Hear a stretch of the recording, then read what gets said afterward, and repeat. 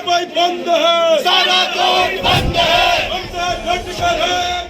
हमीरपुर जिला bar association ने केंद्रीय कानून मंत्रालय द्वारा प्रस्तावित अधिवक्ता विधेयक के मसौदे के विरोध में आज हमीरपुर कोर्ट के बाहर प्रदर्शन किया और कोर्ट से संबंधित सभी कार्यों का बहिष्कार किया।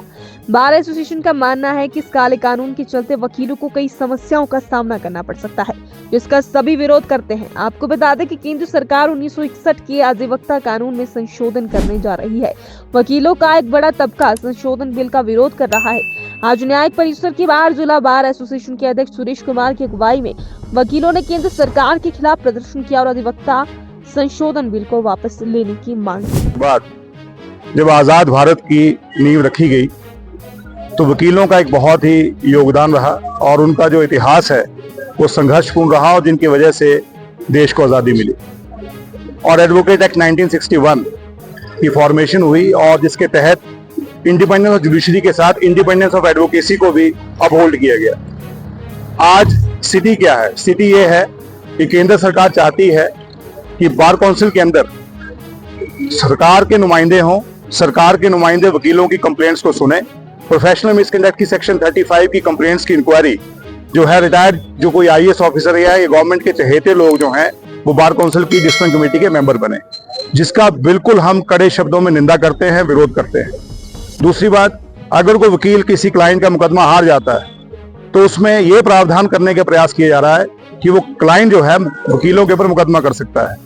पहले ही सुप्रीम कोर्ट ने व्यवस्था दे रखी है कि एडवोकेट जो है डेफिशिएंसी इन सर्विस में नहीं आते हैं, कंज्यूमर प्रोटेक्शन एक्ट की जद में नहीं आते हैं। ये मैं जानना चाहता हूं कि जो कानून मंत्री साहब हैं वो उनको क्या ख्याल आया है कि वकीलों की जो इंडिपेंडेंस है उसको कॉम्प्रोमाइज करना चाहते हैं।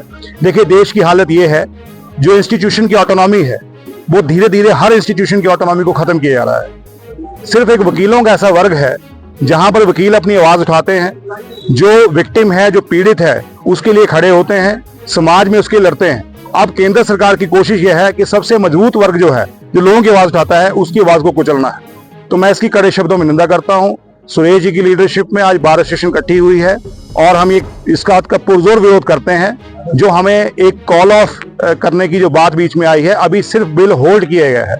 हम स्ट्राइक को तब कॉल ऑफ करेंगे जब केंद्र सरकार की तरफ से कॉम्पिटेंट पर्संस नोटिफिकेशन इशू करेंगे कि हम इस बिल को विड्रॉ करते हैं। भविष्य में जो अमेंडमेंट्स हैं इसके साथ इस बिल को नहीं लाया जाएगा। अगर इस तरह की अमेंडमेंट को दोबारा कहीं प्रपोज करने का प्रयास किया गया तो वकील जो है सड़कों पर उतरेंगे। हमारे देश ने यह भी देख लिया है कि किसानों के लगातार संघर्ष के बाद, करीब 900 मौतें होने के बाद, किसानों के बिल को भी केंद्र सरकार को वापस लेना पड़ा था। ये तो पढ़ी लिखी कौम है। मैं बताना चाहूंगा कि केंद्र सरकार को ये पहले समझना होगा कि इस बार जो लड़ाई इनकी है वो ऐसे आदमियों से है जो भारत को स्वतंत्रता संग्राम में विजयी बनाकर आए हैं। इसलिए इस प्रपोज कानून को तुरंत से तुरंत जो है इसको प्रॉपरली इसको विड्रॉ करें, अन्यथा ये स्ट्राइक जो है ऐसी चलती रहेगी। ये जैसा कि पूरे हिमाचल प्रदेश में अलग अलग जगह पे सभी जिला बार एसोसिएशन ने इस काले कानून को लेकर रोष प्रकट किया है और हर जगह एजिटेशन किया जा रहा था।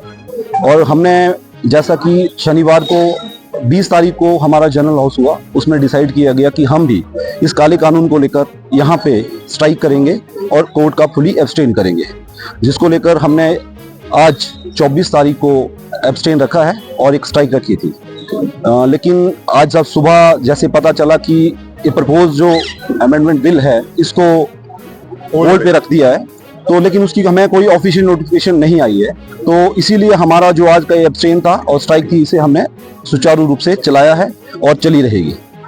इस काले कानून में बहुत से ऐसी केंद्र सरकार ने इसको बनाया जिसमें अधिवक्ताओं को बहुत ही ज़्यादा परेशानियों और समस्याओं का सामना करना पड़ेगा, जिसको लेकर आज हमने यहाँ पे ये स्ट्राइक की है।